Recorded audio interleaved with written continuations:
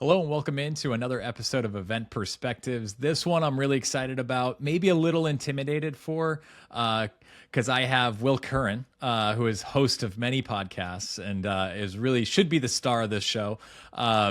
He is currently the vice president of go-to-market for Voxo, who has some AI solutions I'm sure he'll talk all about. But before anything, Will, welcome. How are you doing? Thanks so much for having me, Rodney. I'm stoked to be here. I mean, we get to talk about events. What better thing to talk about and spend all day talking about? You know, it's insane to, I mean, that like, I think that the audience has to be ready for your DJ set. Like, this is just going to turn into, I think, like a rave or something is what this is going to do. I'm here to bring the energy, that's what everybody knows me as. And before I get to the icebreaker question, because that's normally how I start to get things going. Will, I don't know if you know this or I even shared this with you. As the world was shifting, in my last role before I was at Rain Focus, as the world was shifting, we were all taking on different digital event certifications. So that was one that I did. One of the classes that I had was taught by you, specifically. Yeah. So was it the one where I was like live drawing everything? You were live drawing. You had kind of your setup. It was the endless events setup. So there was like ever since I've seen you at sessions speaking, it's a thrill for me to be with you here, but I won't make it weird yet. Let's just get into some. I'm happy to make it work. Yeah, here's a fun fact you probably didn't know. That was when I did that class. That was the first time I had ever done the live drawing, and now it's like a staple of Will Curran's presentations now. Listen, hey. Whatever, there is something true and beautiful about events. When you're at a point, it's like you need a solution. You come up with something maybe better than you would have if you had 8 months to solve and really kind of iron out and make it super safe. But so I know a little bit about you and our run, and so I'm going to start with an icebreaker question that asks you this: you can only pick one for the rest of your life. Are you picking movies, TV, or books? Oh, okay. Good thing you didn't say music. That would have been a really hard one. I'd say movies. You can keep music. I love movies. Movies I'm hardcore about. TV shows are great. Like, honestly, I think there's a lot of TV shows that are better than movies now. But for me, like the whole experience of going in the theater, sitting down and giving it your focus for 2 hours and like letting a self-contained journey happen for you, like that's a next level for me. And I don't know if this makes us different. That's how I feel. The fact that kind of movies have died out a little bit, it's sad to me. Definitely. Like I feel like I don't see enough trailers. Which one would you miss the most, TV or books? Probably TV. Like I love books, and they were very important to me like early on in my career and stuff, but like the ability to sit down and read for like a long period of time has definitely been lost to me. It's something I want to get back to.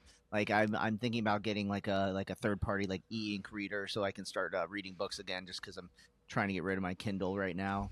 But I honestly probably would miss TV a little bit more, especially just because that this is a journey. For me, I do so much thinking and talking and stuff like that, like throughout the day. Like sometimes I just want to unplug and just like disconnect. So I think like TV is also another reason why I like it as well. I think this is a good sign that this is going to be an honest conversation, because I feel like the podcast answer that I roll my eyes at too often is like someone says books, and it's like I'm a big audiobook person, Audible. Like I try and get 12 books in a year. That's what I try and get. That's good. But yeah, I think there's nothing like unplugging at a movie or a nice TV series. Maybe like one too many hours watching TV before the morning. Great. Well, we've kicked this off, but we are going to steer the ship back towards events. And Will, I spent more time, and I needed a lot of time. I needed some AI help even to go through your LinkedIn, because it's impressive. It's illustrious. There's so many things on there. I've been experimenting with ChatGPT of taking screenshots of full pages of different parts of LinkedIn and saying, hey, tell me, like, what are some good questions? What's interesting on here? And I will say, AI is what told me, is it true you started your first events company at 17? Because that's what ChatGPT, I missed it. I missed it and all the information, but ChatGPT did not miss it. And for so many people on this podcast, I feel like everyone says, like me, fell into events and suddenly we kind of gravitational pull. For you, it feels like this has been in your DNA. You were wired for it from the start. Tell us a little bit about your journey Yeah, into events. this is definitely my life for sure. Like I've done only events in this whole world for sure. And for me, like yeah, essentially it started as like I was very like nerdy kid. I was very much into technology, computers, and things like that. And then I was lucky enough to kind of discover electronic music at a very young age, and then had me like stumble into DJing, Mm-hmm. which now like I'm getting back into because like I'm different stage in my life. I want to get back to like my roots and the passion that I really care about, especially since it's something that like when I first started it, I did it because I purely loved it, and then just the fact that you could get paid to DJ at events was like amazing to me, and I think what happened over time was that like as my company started to grow, and then I eventually pivoted away from DJing at like in my early college years. I think like age 19, we focused on production rather than DJing. I started, I kind of moved away from DJing and Mm-hmm. my original passion, and now kind of getting a chance to move back towards it, which is super duper exciting. But yeah, basically, I started as a DJ, and I think it was great because like it was, I was 17 at the time, and I had to learn how to like manage clients, dates. How do you like build the energy of the room? How do you interact on the mic? And like I was a very like introverted person before I became a DJ, and it wasn't for the fact that like I had to get up there and talk. And eventually, I learned like the skill of emceeing. That's when I started becoming, I think, a little bit more, extroverted, I think I would say. Yeah. But yeah, like Yeah. basically, yeah, age 17. And then, through college, grew it as a production company. And then when I got out of college, started focusing more on pivoting the company towards event management and focusing on full scale services. And, gotten a chance to do some really massive events. Like I think before I even graduated college, I had produced an event for 100,000 people, which was pretty exciting. That, and like, at what point did you have this, like, or I guess in that journey into events, did you ever have a moment that you were like, oh, this is like a career, this is like my career path? Oh Or my was it gosh. something that you like have kind of reflected back on and like, oh yeah, that was the job? Did it feel like you were kind of doing gigs and suddenly you realized it's a career, or did you kind Yeah. of know going into it that you were on a path? That's a great question because like yeah, actually like in the beginning it was very much, a lot of people just kind of saw me as a DJ. And like I remember my like pre-calculus teacher in high school being like, "What are you going to do? DJ the rest of your life?" And I was like, "Ah, And shit, look at miss you bug. now. Look where I went." And I think at that time too, like I also like thought to myself like, there's the defiant nature of being young and kind of being like, "Yeah, screw you." But like I Mhm. don't think I ever saw like DJing as the ultimate end all career, especially once I started seeing the production side of things. But like it really started clicking for me as like a career when yeah, like I basically got to the point where I was in college and like I could buy the gear I wanted, the food I wanted, and like it started becoming a thing where like I was still in college, and like like we all know what that's like. You're not really like in the real world until you're out of college. But like that it very much started to feel real, I think, through that process. And then especially once I started hiring like employees and it started being, I remember my senior year of high school, my guidance counselor came to me and said like, "Hey, we have this entrepreneurship scholarship you can apply for." And this point, guy, by the way, everybody like everyone knows like I terrible. The reason why I was like my teacher was saying like, "Are you gonna do the DJ the rest of your life?" It's because like I hated homework. I never did my Yeah. math homework. Yeah. Like school to me was always this kind of like ends to a mean thing because I was Yeah. already finding passions and ways to make money outside of it, and Yeah. that those were always more exciting to me. But when I got an entrepreneurship scholarship my senior year of high school to go to college, like that was the first time someone had told me the word entrepreneur. And that Yeah. was the first time that like I think my parents also were like, "Whoa, you can get college paid for because of this DJing thing," I think that's when I started going like, okay, like this is really legit, and it felt very real to me throughout that process. And then yeah, once I started hiring employees, then it was all downhill from there in a positive way. In a positive way. Yeah, in a positive way. Yeah. I was gonna say because it's downhill is good because you don't want to go uphill. I find Yeah, myself for with sure. that one every once in a while. But so at what point in that journey? So was endless events the thing that you had started?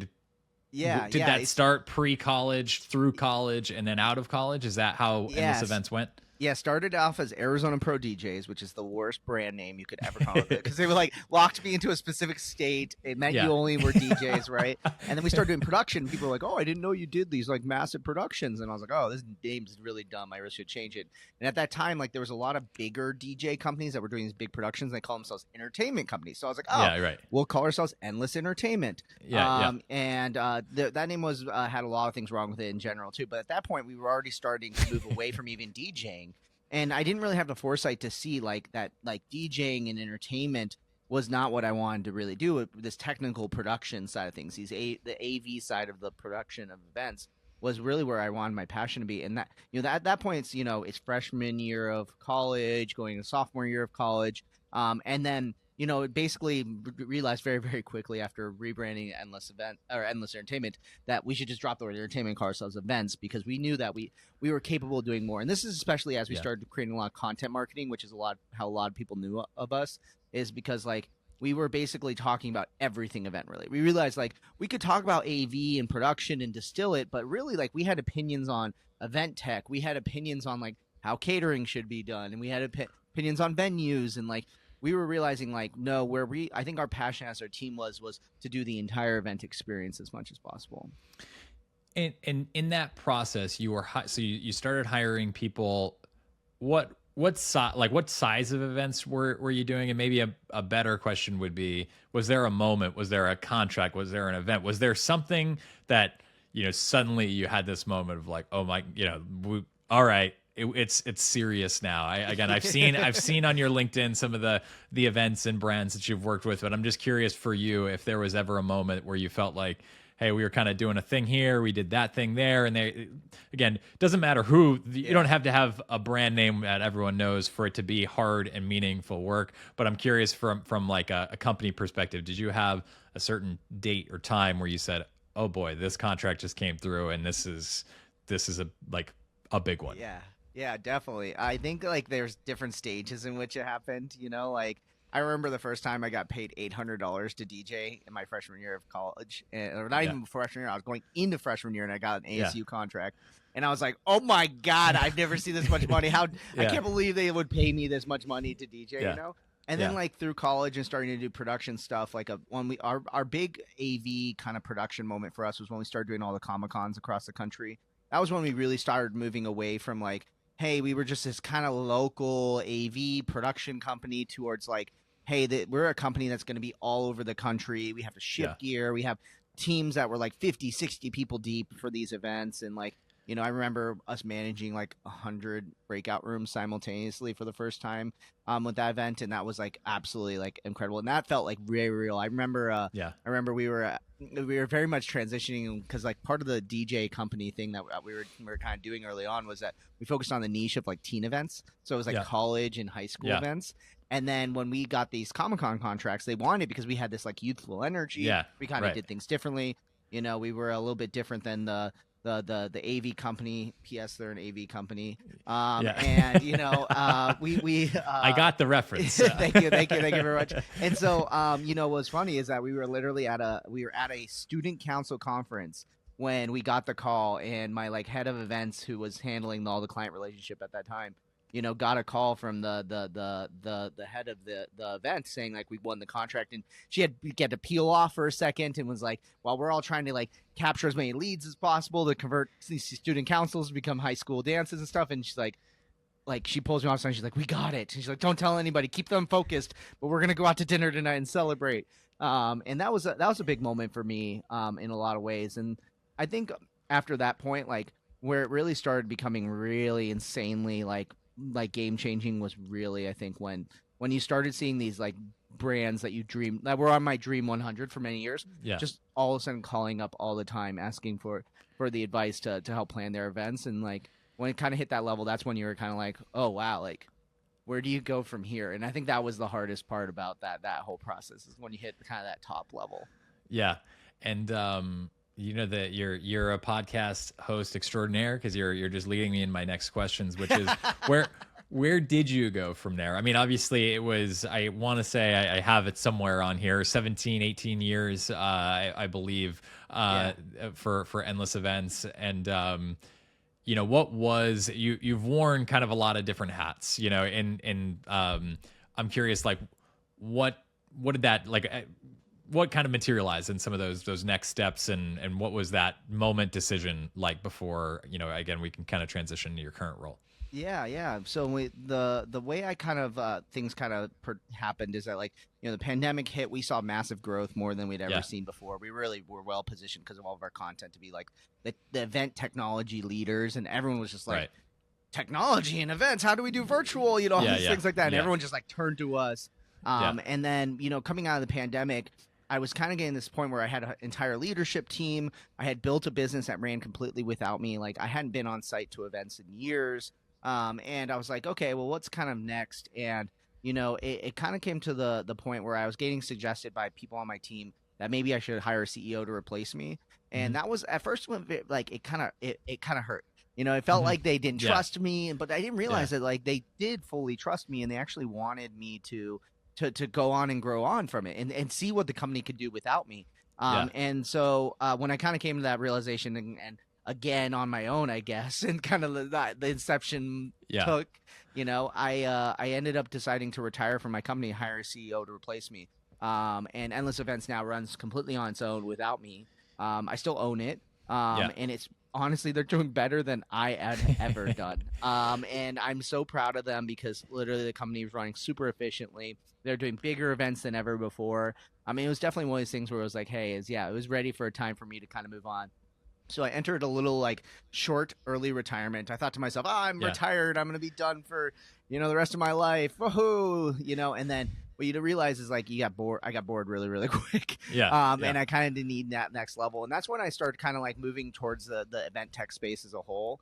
And for me, like my role that I have now at Voxo is like, it's very much synonymous with the last few things that I've been doing, which is that, you know, like through my process of growing Endless, like I was very focused on sales and marketing processes and how do you like do sales and marketing better than ever before. And then I've always been interested also in like being a part of like the bleeding edge. Like if you ask anybody, I'm the app guy. I always got one little gadget thing like that will make your life easier. Like I love just like reading every single article about every product release. And, you know, I'm probably one of the nerdiest people you'll ever meet. But try not to act like it as much as I can. And what's interesting is that like, you know, this role for Voxo kind of came to me as a chance to kind of be in the AI space. And I was, you know, I've been very, very on top of the AI trends. And what was funny is that I'll tell you a little bit about how I ended up hearing about them. I was actually at Event Tech Live or heading into Event Tech Live. And we both know Adam Perry very well.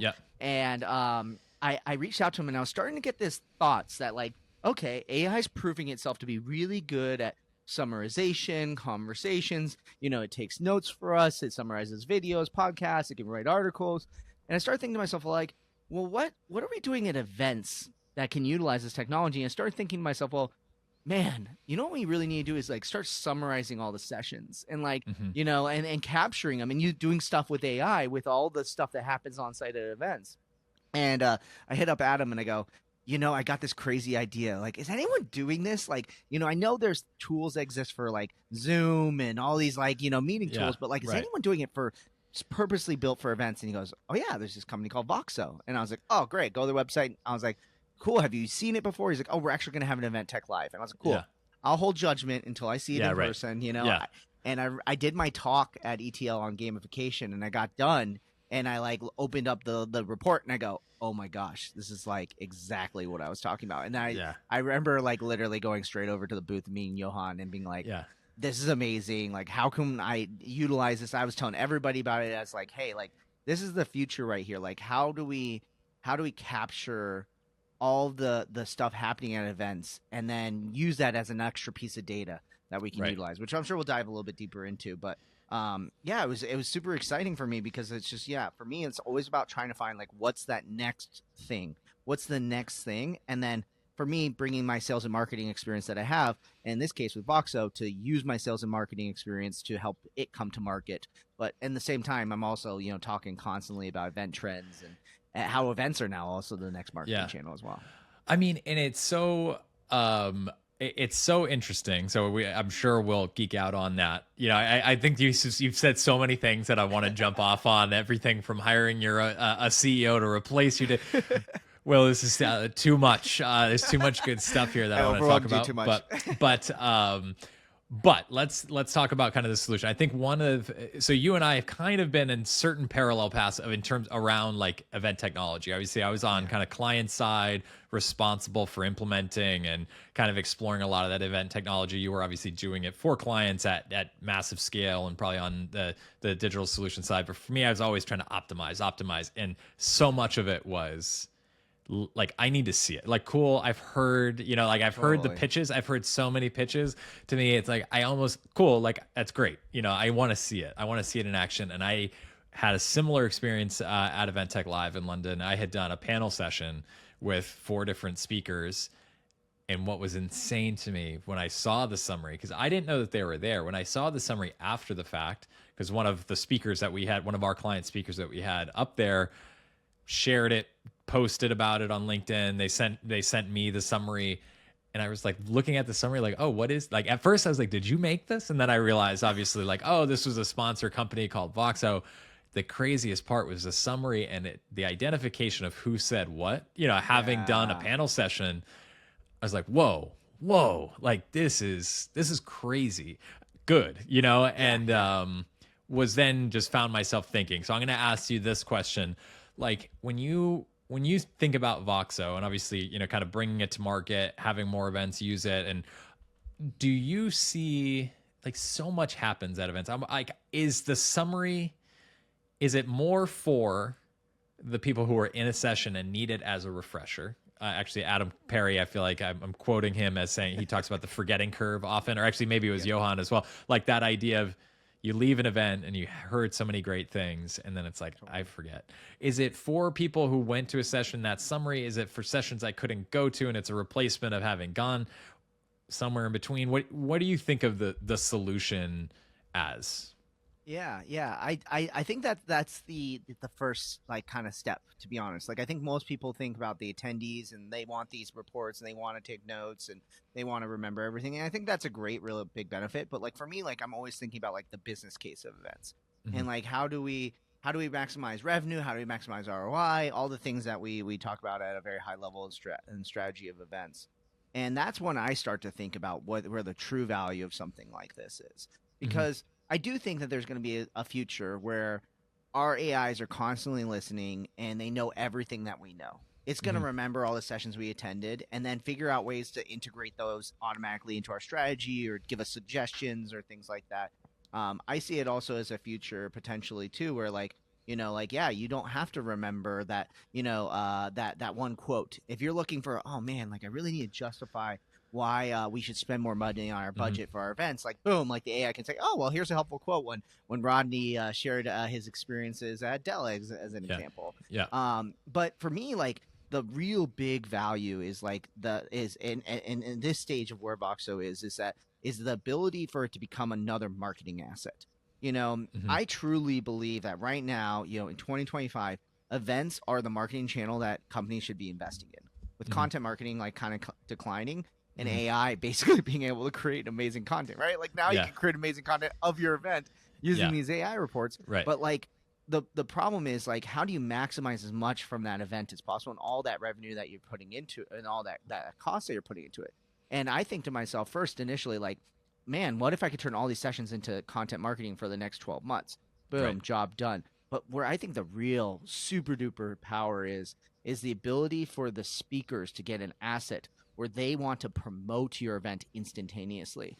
And I think we're in this day and age where, like, if you want to talk to me from a demand generation standpoint, I think our speakers are probably our best marketing channel that we have available to us as event organizers, because they have audiences, they have the knowledge, and when they say really, really smart stuff, which they do all the time at events, it's happening at your event. You need to capitalize on that and share that, so then people say, oh, I want to go listen to this really, really smart person. I want to go listen to other smart people. I want to absorb all this content and then bring that in. And the ability for you to generate an instant report that the speaker can share right after their talk builds that momentum and builds the excitement as it's happening, versus it just being like, what I did for another talk that I did recently that didn't have Voxo is that I just posted I'm going to this XYZ city.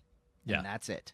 Right. And it's like, oh, I'm going to this city for this conference, and that's the best marketing you're going to get from me? Well, no. If you did this report, now I can actually share the things I learned and get people to go, oh, if that's the kind of stuff that's happening at that conference, maybe I want to attend. So that's where I feel like the value really is. And it's so interesting that you kind of reference almost that demand gen, and that, like, when I think of it, like from the client side, like the audience acquisition side, like there's so much work that you put into it. But like you said, at an event, Insight, our user conference, where we use Voxo, there's 70 sessions. So and at various points there's like 7 sessions happening, 8 sessions happening at one time. For 30 to 45 minutes. There's so much, like, if you were to ask me, one of the parts that I love about being a Rain Focus is like I'm super tied to the content and the lessons and knowing like, is this good content or not? But also, if you were to ask me, do I know every session that we did? Like on paper at some point. You have no ability to listen to every session that happened. Like as an organizer. Like you just hope that the presenter is really good. You hear bits and pieces, but like like I can't tell you how many times that I've spoken at conferences and I'm like, man, I really wish the organizers were here. They probably had me come back and speak, Yeah, right. And that's the I think I'm going to ask another question on that because we used it and saw massive success. So I'm going to ask I've got two follow-on questions. So there's tons of benefit. And we saw it like in the downloads. In our particular case, we kind of left it ungated as well. So that is going to be another question that I had. Is it for people at the conference primarily summary? Is it for people who weren't at the conference? I think your answer is probably it's really all of those. It's just probably crafting strategies effectively for how you steer it into those audiences. But we saw massive uptake in these summaries. Obviously, our audience is very keen on new solutions, new technology solutions. So that's, I'm sure, part of it.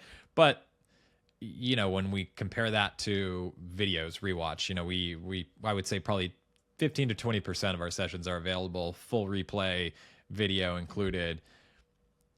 The downloads have been dwarfed. Really, if I were to look at last year's events, an entire year of last year's video content, it was like one day of the AI reports. In like a week's time, the number of people that we had consume those had dwarfed an entire year's worth of on-demand content. The question that I have is that it's easier? Is it faster? Is that better? Like, what does that mean for video content? Because I think there is still kind of a part of like video is king, can be king, but then there's also time frame. Time, I feel like we're all battling time, whether it's perceived lack of time or actual lack of time, some combination. I'm curious, Voxo, an AI summary of content versus video replay of the entire session. Are they, partners, or like how do you see the two interplay? It's such a great question, and because like I'd seen this for so long, is that like I had always urged everyone record as much content as possible because that you can re-release it, it has so much value, but like when I think about it, whenever I'm thinking about where the future is going and what attendees want and what mainly what like attendees want, what the person buying wants, is I just think of myself. I think, what do I want? And I always say to myself, oh yeah, I'll watch those on-demand sessions later. Oh yeah, I'll bookmark them, and they're in your bookmarks for years. And I used to like always keep them for so long, but now it's just so hard to sit down and watch that long length of content. But more so, it's also too, I think, I think there's a lot of really, really great technologies that are making this easier.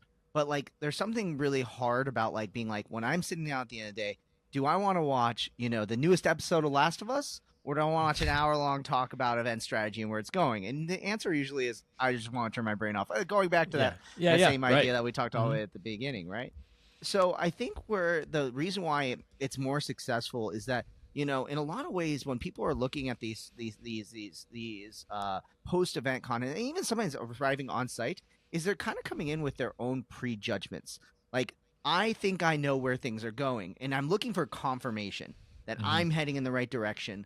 Not a lot of times are we looking for like absolutely mind-blowing, completely new information. We're just trying, like, especially the advanced users, right? Like you and myself, we've been playing events for so long. We're not necessarily looking for like what's the newest, the greatest, technology. We probably already know about it. We just need to know, like, am I looking at the right thing? And so I think the reports work as a great way for you to get that confirmation and know, like, am I heading in the right direction based on these key takeaways? I think also too, in a lot of ways when it comes to on-demand content, we don't have a lot of time. So a lot of times we're not necessarily picking that I want to watch 20 sessions, but I might pick one to say, like, I missed this one session, or maybe I didn't attend the conference, but I heard really great things about, XYZ CEO's keynote talk. Hmm. A lot of times what we're looking for is, hey, I want a summary, see where things are going, and then I'll deep dive maybe into one single piece of it. And I Right. think that's where the summaries make a really, really great opportunity, is to give people a taste and then say, okay, I know where I want to deep dive. And I think that's also why it's a really good marketing asset too. It's just enough for people to go, ooh, I like where most of these sessions are going. Yeah. I want to go, versus Right. just one hour long YouTube recording that's posted on your session. So I think that's the where I would see kind of it going. Which, I think that's great advice. I've got one last question I want to that feeds off of that, but it's so like I feel like one of the things that has been an unanticipated benefit of Voxo summaries for me has been, it's one more way to understand sessions that we can tell in our feedback, good, bad. You can kind of see that, scoring, and but being able to kind of dive in and say, like, what was this session? Because I used to have slides, for our conference, we pretty much, I would say it's near probably 90-95%, like we provide a slide deck, say, hey, put things in there, so we have kind of a reference point on every session. So if I were to look and say, okay, this was one of our top 3 sessions, I can go through the slide deck. But a slide deck can be hard. It's probably the better the session. Well, probably they have like 3 words on it in a big exactly. picture, and you're like, oh, what? Okay, he talked about AI on this slide. What did he say about AI? Yeah. Audience engagement. It sounds. I bet it was good. The scores say you had something good to say. Because like the best slide decks, I feel like they'll have no speaker notes. They had, it's like totally. It's 5 slides. So it's or one worse, more it's avenue. Will Curran live drawing, and you don't have any record of it at all. Like what is? I don't know. Everyone seemed to really love it. The feedback is like best session ever. More sessions like this, please. I have no idea what they did. I have no idea. So it's anyway, one other question that I want to ask is, so we used it in kind of a post-event capacity. I think we had a good session. We saw that. I think speakers, another way of them promoting themselves. Now, we're months out of our user conference, so I'm already thinking about next year's user conference. Is there a way you think of using a last year's type event or summary in that audience acquisition strategy? Is there a way of leveraging that? Does it need to be reskinned? Does it, is there a way of, is that something that you're thinking about, like, to help audiences? Because I know what you have, what we have is, hey, this is what happened at the event. This was kind of an event summary, but I'm recognizing now, and now you as, head of go-to-market at Voxo, is there a plan, or should there be a plan to say, hey, here's a way of positioning your conference to an audience based on this information that we have? Yeah. And one thing that we kind of alluded to too, that I think that for the audience to know that exists too, is like, one of my favorite features is the topics that you might have missed at one playing the conference, and says like, hey, look at these few topics that you might want to do for next year. So from a post event leading into next year, I think as a planner, that's valuable for me to be like, what's the overall trends? I know what we talked about, but what are the overall trends that we totally missed? I think one thing that, when it comes to that piece, to your more specific question that you asked, is what is its role now moving forward to promote an audience acquisition moving forward? I think, like, if I thought from a strategy standpoint, and what's available right now, is that if you chances are that, and this is what at least I hope, and I think I hope this as a speaker too, that like anytime someone kills it in a talk and does super well, I'm hoping that they're going to come back. I'm going to be asked to come back, do it again. Not necessarily the same topic, but like, hey, like, let's not break what's not let's not fix what's broken, right? And so, like, where I would see it being is that, let's say, for example, Will Curran's coming back to talk. He did 2025 event trends. Next year, he does 2026 event trends. You might say to yourself, oh, well, we want to start advertising that Will's going to be here. You know what we should do is take his report from last year and then post that as a, as a LinkedIn ad or a LinkedIn post, or, in an email to past attendees, and say, like, look, we're having Will Curran come back as a speaker. Here's what his session was last year. Get ready, because this year's going to be even better. And just saying that, I think, gets attendees super duper stoked, especially those who are like, I really enjoyed that session. So figuring out maybe, like, if it's, depending on what your mix of speakers that are returning is, let's say it's 25%, 10%, that'd be my first, is to reutilize that content to promote those speakers and say, look what they did last year. Let's look at let's get hyped about what's the new year. Then I start to think to myself too, yeah, there might be, I think, of definitely an availability of a desire for there to start figuring out ways that we can start using all of the content in these entire event reports and these daily reports that we generate to do even more. Right now, it doesn't exist, but that's the best part. Is that this is just very much the beginning of where things are going to be going. I think in the AI space and what Voxo is capable of doing. I mean, I couldn't agree more. I think for forever, I've been a big believer in the power of data and how much data events generate. But for a really long time, I would say pre AI, that quantity, there's too much quantity. And again, it's not like our user, it's not like so much. It's just like, how do you handle this? But I think it's very much what large language models thrive on is more is better, and I think it's probably figuring that out and still keeping a fresh human creative lens. I think there is always going to be a role for that. Like there isn't probably as much of just a rinse repeat, but there are things that I think are gold inside of that Definitely. I think it's possible, and probably events for years have missed it, right? Hey, this was a great speaker, and maybe you knew it in your score, but a 4.85 versus a 4.81, like differentiating between that. But, taking things like the comments and what was in the summary, what was in the content of that session, really diving into your trending sessions had something in common, or, this speaker was part of connecting those dots. Yeah. So I do think, that it's pretty exciting to see where Voxo goes, where AI continues to go in shaping the industry. Well, I feel like we could keep going. And instead, what I'm going to do, I'm going to say thank you so much for the time you've already provided to us.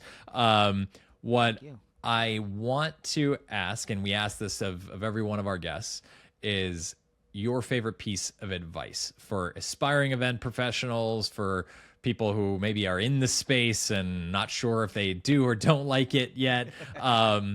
It's often an industry that has high stress rates, routinely makes the list of stressful jobs, whatever it is that we're to make of that.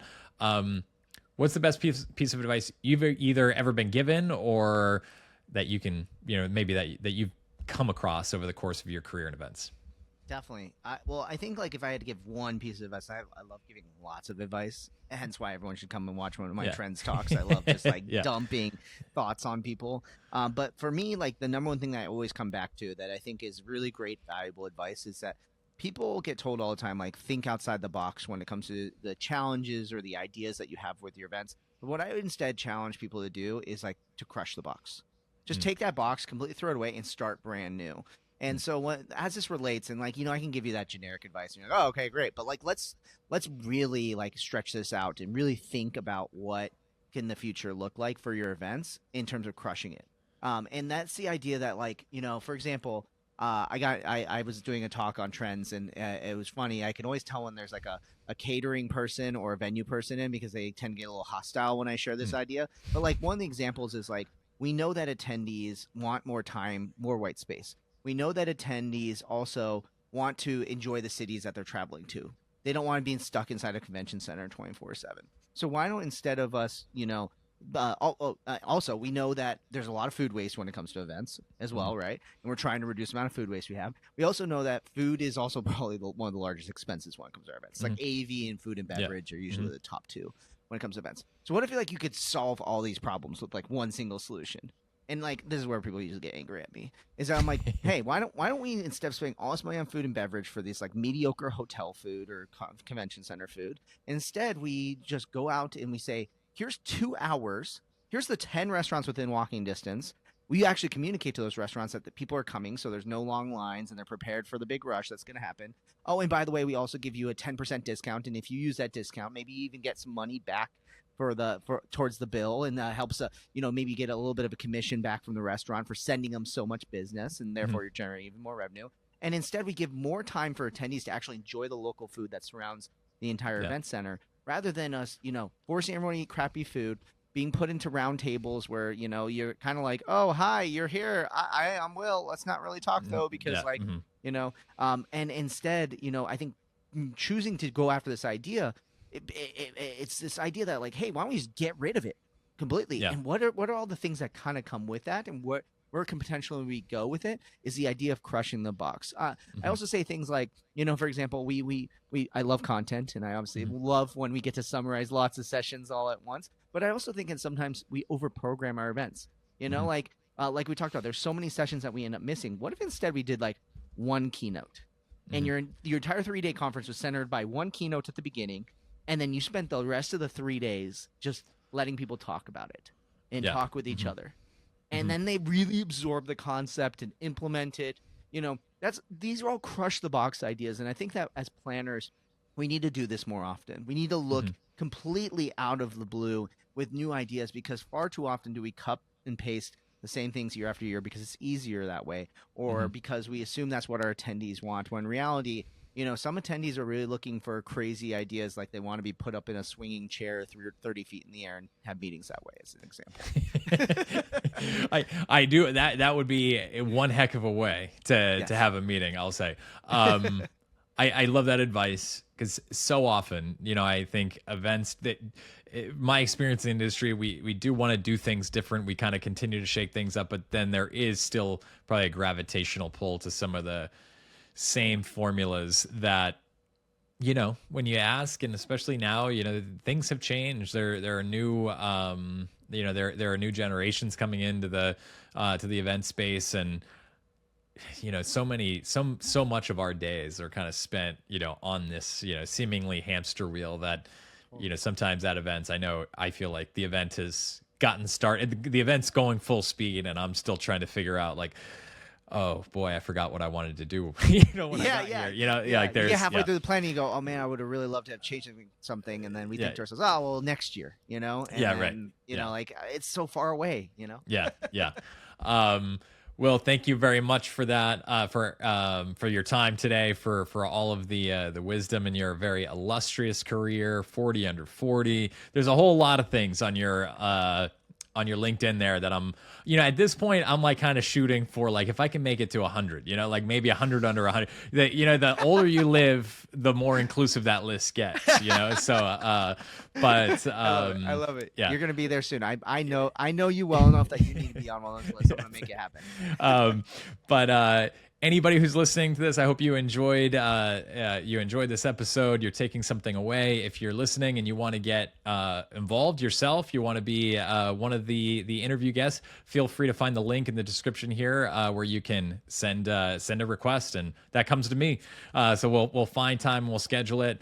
Will, before I let you officially go, I've got a round of lightning questions if you're prepared.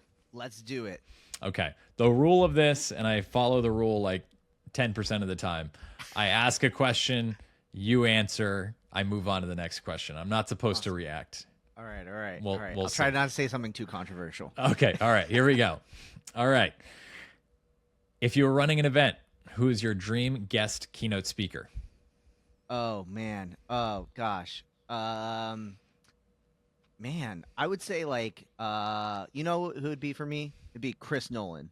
I want to know like how that man thinks about storytelling, and like, I also just want to meet Chris Nolan at some point in my life. It's like you're reading my list of questions. What is one movie that everyone should watch?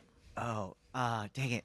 Coherence. My favorite movie is Inception, but everyone's seen Inception. Coherence is about like they are all having dinner, and then something weird happens. Just go watch it. It will blow your mind, and then once you hear about the behind the scenes on how they made the movie, it will blow your mind even more. It's like $20,000 budget. It's amazing. All right. It's on my list. Which is harder to plan, multi-day virtual or multi-day in-person events? Definitely multi-day virtual. Like, how do you capture people's attention to stay in front of their computer for that many days in a row? It's like, well, I don't know how the heck. You're lucky that the pandemic, everyone was locked in rooms and couldn't do anything better. But, I remember when virtual was starting to come out and you had choices on where to go, and it was just like, yeah, I'm gonna only go one day of that, yeah. It was hard. I lived it too. It was hard. What is your current favorite mobile app? Oh man, my current favorite mobile app. I'm gonna bring up my phone real quick. Man, what do I? Let's see. I'm gonna swipe over. Let me think of which one. You know what I've been really liking? So this is more health related, but I got into continuous glucose monitors a while ago, Mhm. and I used to be part of Levels, which is like a continuous glucose monitor with like a membership. It was really expensive, so I stopped doing it. Well, now Dexcom has come out with the Stello, and you can get it on Amazon for like $80, and it'll last you a whole month. And literally being able to understand your glucose monitor, your glucose trends in real time has been absolutely game changing for me. And so I would say Dexcom Stello is probably it for me. Paired with my Aura Ring has been amazing. Wow, there is so much information. That was the geekiest thing that's been said so far on this, but I love it and I need to know more, but we're going to move on. Keynote speaker or panel discussion? Keynote speaker. I think panels just become yes men. Like I honestly don't do panels because like you get like short spit for an answer and like not well, giving a speaker, you give them time to ruminate, tell you stories, all those things like that. And I would much rather have a keynote speaker blow my mind than 5 people agree with each other. All right, good to know. Window seat or aisle seat?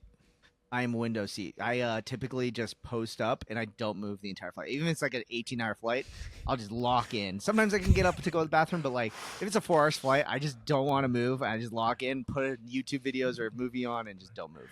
Put me on the aisle. I need flee. I need to be able to flee. If you could host an event anywhere in the world, where would it be? In space. In space, hands down. Oh, in the world. That doesn't count. That doesn't count, though, does it? I count it. That's great. That's okay, a solid answer. I'm counting it. I'm changing the question in the universe. Yeah, in space would be really, really cool to do. Solid answer. What's your go-to comfort food during event planning stress? Pretzels. I love pretzels. Are my favorite food, hands down. Dry or soft? I can do any kind of pretzel. I love every type of pretzel. There's definitely bad pretzels and good pretzels, but like even you just get like the Snyder's, dry, salty pretzels. I can just like munch on those. Gives you carbs and salt, and boom, I'm good to go. And that glucose monitor, I don't know what it's going to do, but I'm guessing it doesn't spike it. Closing event party. This one I should know. Live music or DJ? Oh, definitely a DJ. Like, live music's cool, but it's really hard to find a really great band, in my opinion. And then plus two, like everyone loves DJs now, and so like I want the time for the DJ to be here, a really good DJ. And that's actually the last question because now it's off to you to run a DJ set, right? That was what we discussed. Will, thank you so much for the time. This was a lot of fun. Likewise, it's been a blast, man. All right. Until next time. See y'all later. Thanks, everybody.